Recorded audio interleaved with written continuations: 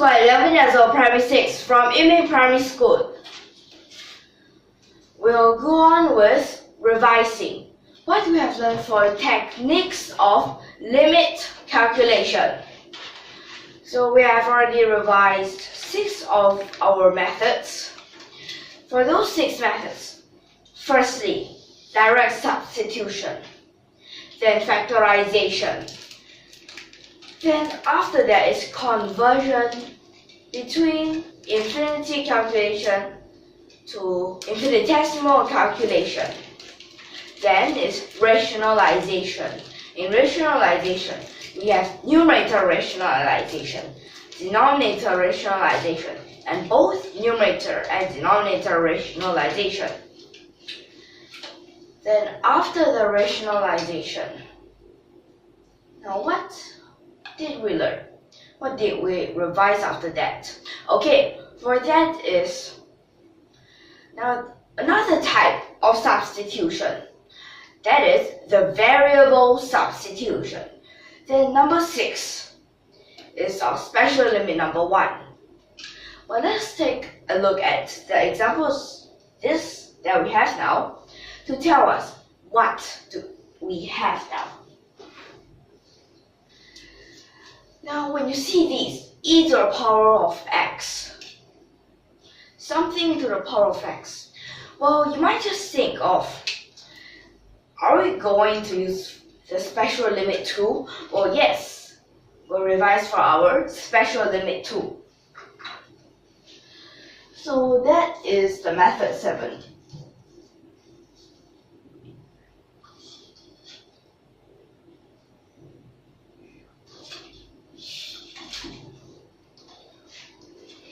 And let me just write down for this special limit 2, what is it like? So for this special limit 2, limit, you can see it's like x approaches to, for example, 0. Then if this x approaches to 0, inside here, 1 plus x, then at the power 1 over x. You have to be careful. This inside, this plus the infinitesimal, and the power, they must be, first of all, this variable must be corresponding. Second, it must be the reciprocal. But you have to be careful. If this says 0, there might be 2 different cases. These 2 cases, let me tell you these 2. It might be 0 plus.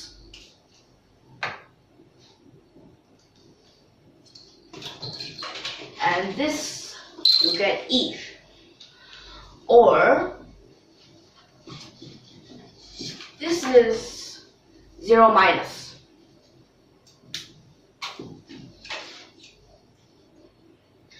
Then after that, when you want to change it into plus, you have 1 minus x, and the power is negative 1 over x. But actually at last, it's still an e. Or other than this case, you can also have limit x approaches to infinity. And then inside here, there's the infinitesimal, then the power for infinity. There's also 2 different cases that's actually the same as these. Okay, but they're still just equal to e. Now, we'll look at these examples that we have here right now. So we'll go according to this. This first example, limit. Now this is x approaches to 0, then e to the power of x minus 1 over x. Well, first look at what pattern is this? What form is this? Determinable or indeterminable? Trying to sub it in here, you just get 1, and it's a 0 over 0. So it's an indeterminable form, 0 over 0. Okay. Now this you have 0 over 0. So that means we can't use the direct substitution right now. And we'll have to think of another method. But this looks quite complicated. We'll try to make it simple. I'll try to make it simple. It reminds me of our variable substitution. Now can we use that over here? Well, we can give it a try. So this is variable substitution. We'll try to what we don't want to have it here. Well, of course, this exponential part. We don't want it to stay here, so we can let e to the power of x minus 1 equal to u. And so e to the power of x is actually u plus 1. Then you have to find x. What is it? So you can both sides ln, and you get ln u plus 1. Then u, what does it approach? This 0, you try to sub it in. Now that's still a 0. Like this. So limit, this u approaches to 0. This part sub in u. Then below here, this x, ln, bracket. Now u plus 1, we can write it as 1 plus u. Now what kind of special techniques can we use over here? So limit u approaches to 0. What if I put it as the denominator of the denominator? And last is still the numerator. But we'll just put it here first. Now what do you realize? Let me tell you a trick here. This ln, the outside times the ln, you can put it as the power inside this ln. And that means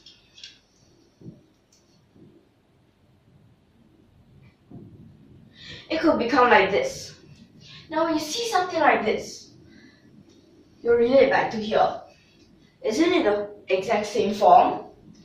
So think, can we just straight away use this as e? Well, yes, we can. But this part inside is an e, then here's a ln e. When here is a ln e, becomes a 1. 1 over 1, you still get a 1. So this is how you can change from a 0 over 0 into a simple number. This is the first example. Then our second example, limit x approaches to 0, and there it says 3 to the power of x minus 2 to the power of x. Then you have to over x.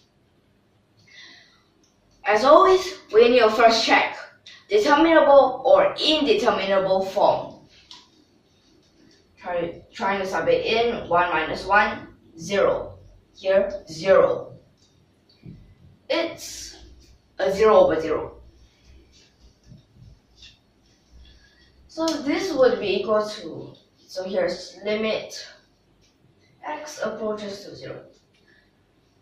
Now what can we use over here?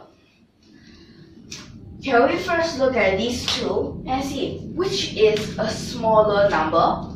Of course you might think 2 to the power of x. So we'll try to factorize that first. Like this, then behind a minus 1. Then over the x. Now what happens here? This part times. So we can straight away sub it in. Sub in 0, that's a 1. Don't need to care about that. Now what goes on over here? So that means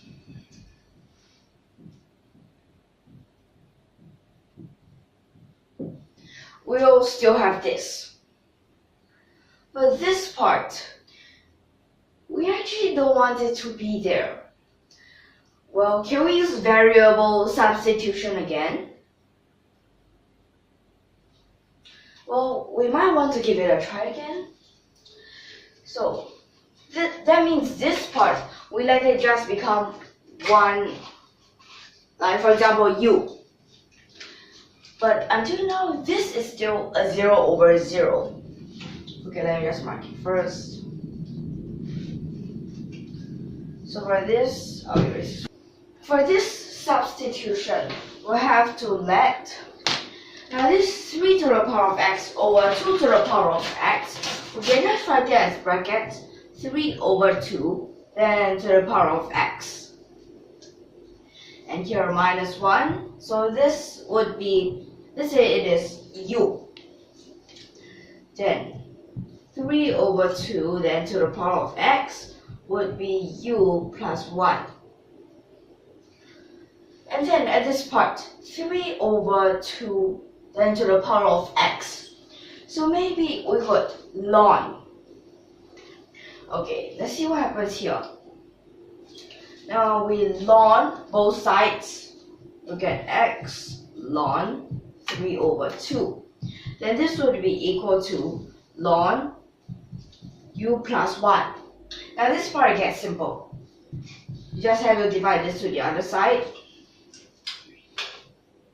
So just write it here. So x would be ln u plus 1, then over ln 3 over 2.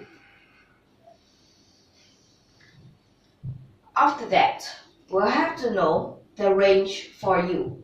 I mean, what does u approach to?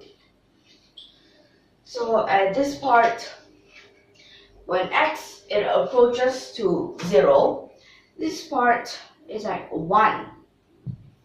So here we get 0. Now here we get 0. So limit u approaches to 0. This part is a u. Then over, so ln u plus 1. Then this part from the denominator of the denominator can change it up. So it becomes like this. Then after that, something similar, u, denominator of the denominator.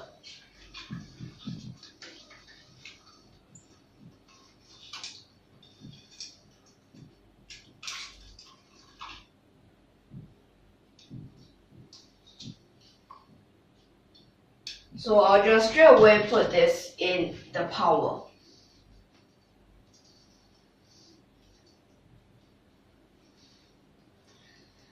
Now we do have something like this. Then this part, we get e. Now ln e, we get 1. So at this part, we get 1.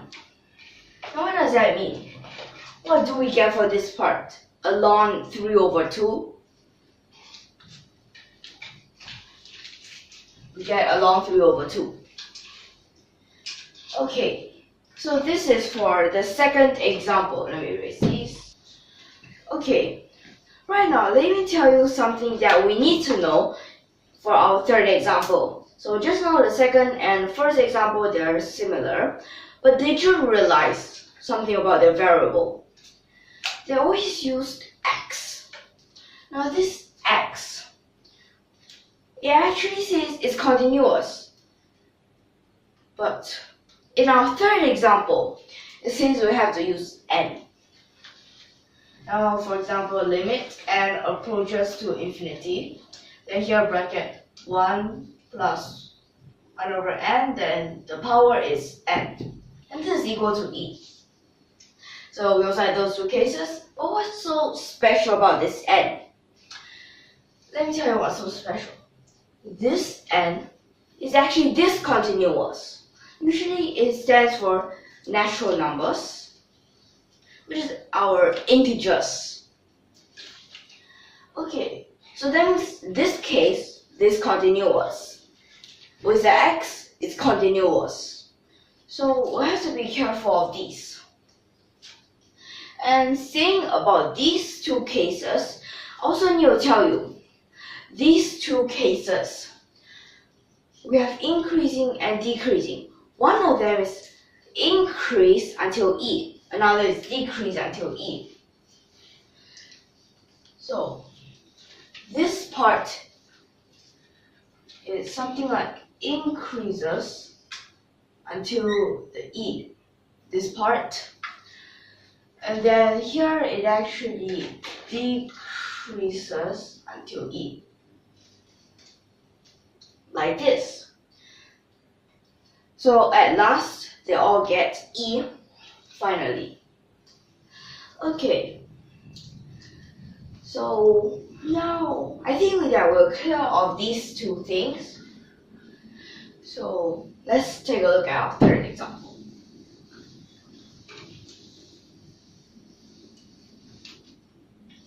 In our third example, limit n approaches to infinity, then bracket n plus 1 over n minus 1, then to the power of n. So n plus 1 over n minus 1. Inside this bracket, we look here. Now we want to get 1 plus something. That means inside here, at the numerator, we need n minus 1, but then we have to plus a 2. But why do I have to separate this? Okay, since we want this 1 over here, so afterwards we'll use partial fraction. Now see, partial fraction was in use already. So limit n approaches to infinity. Then here is 1 plus 2 over n minus 1. Then to the power of n. But what do we need here? We need it to be corresponding, and it's a reciprocal. To make it corresponding, okay, in front here, this part is the same. So to make it corresponding, we put the reciprocal over here. But outside, we need 2 times. Okay, you can write with these brackets, or you can just straight away times. So we'll have to divide this. Then what else? We need the n to be back here. So there's that n. Then inside here, is our special limit 2? Yes, it is special limit 2 already. So this part E. Then how about here? This 2n over n minus 1. We do have a method. It is like our conversion between our infinity calculation to infinitesimal calculation.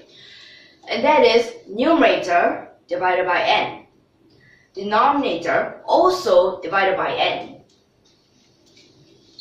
So we'll have now 2 over 1. 2 over 1, so it's just a 2. And what we get is a e squared. But I have to say about this, what type of form is it? What is this form? Well, inside here, you can say it's infinity over infinity. But let me tell you, we can also say numerator, denominator divided by n. You get 1 plus 1 over n over 1 minus 1 over n. And for that, you can say it's 1 to the power of infinity. This is the third example, and you get an e squared. But the fourth, it's a little bit different.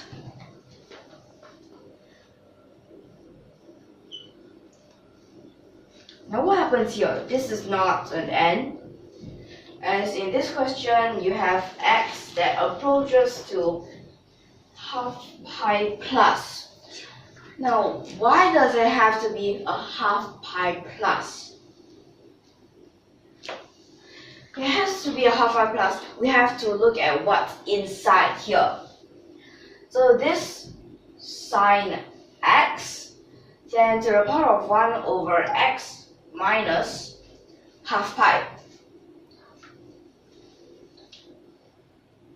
So when we look at this part, okay, we can realize, why does it have to be a plus? So it has to be a plus so that at the denominator it's a positive. And so this is actually a positive. And we also need this to be a positive, because if you don't write this positive, you must consider its left hand side and right hand side. So it's a negative part and a positive part. But clearly from here you can see one is a negative infinity, the other is a positive infinity. So definitely they're not the same. So it's actually discontinuous. You can say it's a jump, but because when you find its positive part, well, you might want to say it might be. So when you find it, then you can say it. Okay, so let's first find this. Now this part, sine x.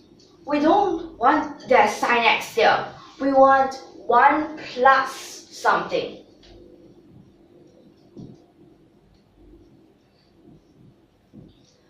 Now how to change it into 1 plus something? Now we might need to use square brackets here already. So 1 plus. That means here we take out the 1. So sine x minus 1. Like this. Then to the power of 1 over x minus half pi.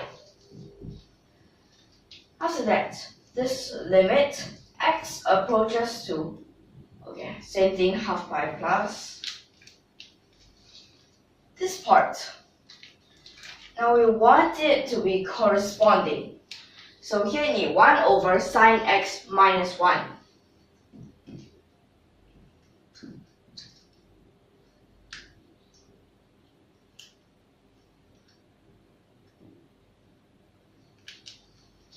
Then here we have 1 over sine x minus 1.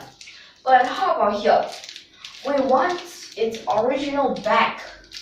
Then we have the times sine x minus 1, then over x minus half pi. And this form, okay, pretty much same, 1 to the power of infinity.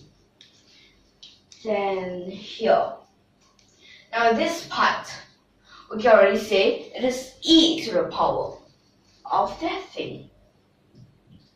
Now that part is a little bit more difficult.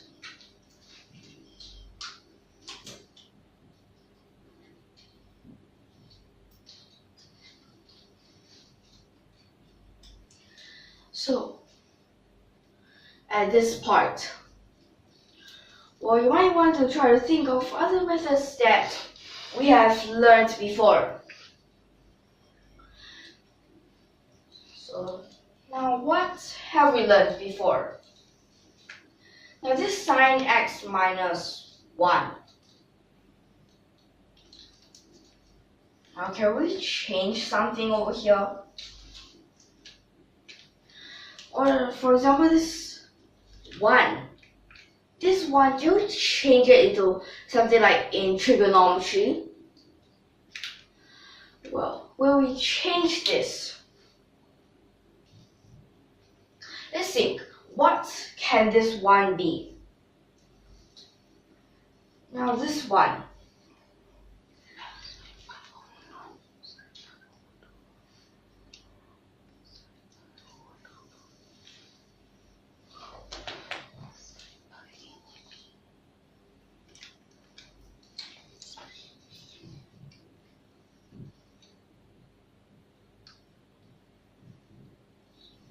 Now I can think of one thing right now. Okay, let me tell you. This sine x, we want to minus something like another sign. We want another sign. But inside here, we have to be careful. At last, we must still get back our 1. Now what could it be so that we could get back a 1? Now for that, Is it a pi over 2? Well, yes, a pi over 2 will do it. A pi over 2 will give us back a 1. Okay. Then next, at our denominator, x minus half pi, can we change anything? Nope, I don't think so. Like this. Then here, we have to think of what have we learned before. Sine x minus sine half pi. Saco cosa? Is it? Yes, we do use that. Saco is for plus, then cosa is for minus.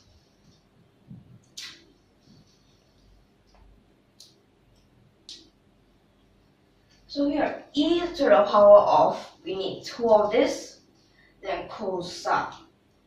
So that means it's cosine x plus half pi, then you divide it by 2. So x over 2, then plus pi over 4. Then this is just for the cosine. After that is a sine. Now sine is the x minus the half pi, then divided by 2.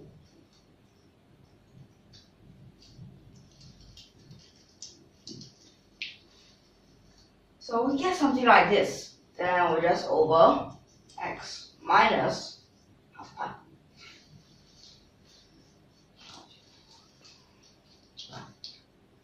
And then after that, for this part, well, can we also change anything here? Well, it looks something similar that we might want to have. Sine. What does that remind us of? Last lesson. Special limit number 1. Wait, that's it, special limit number 1.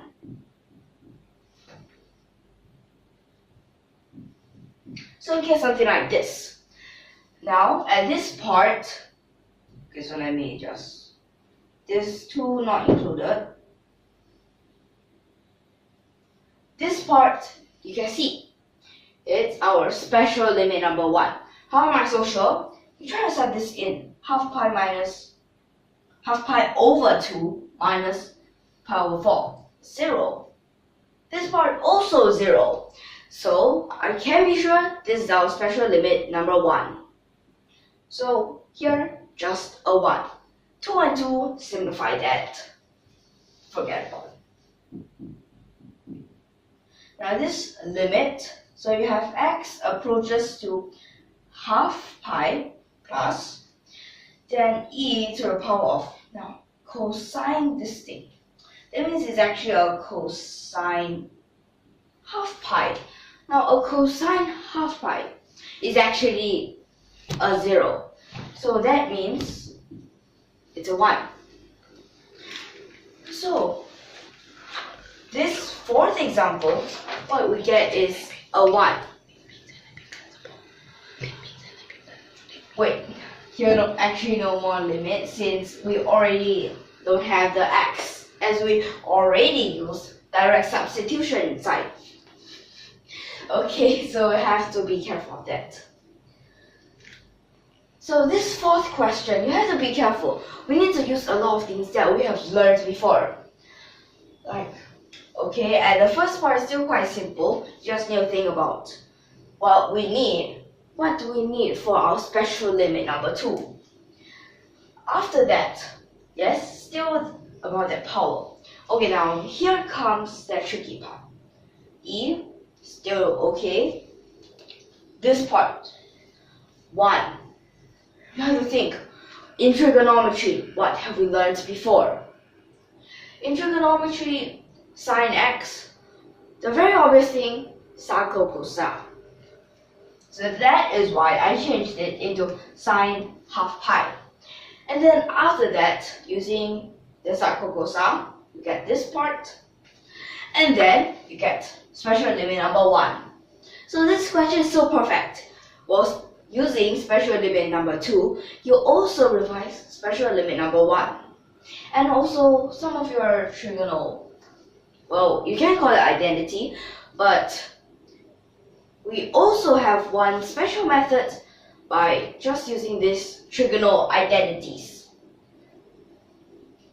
And after that is simple already. Now see this. We also, like for example the third example, we also have to use partial fraction. We have to use a lot of things we have learned before. So if you understand this, your thing is quite easy. But if you actually don't understand, then you might just think it's quite hard. Okay, so in this lesson, I think we can end here. So we'll see you in the next lesson, and then thank you for your watching.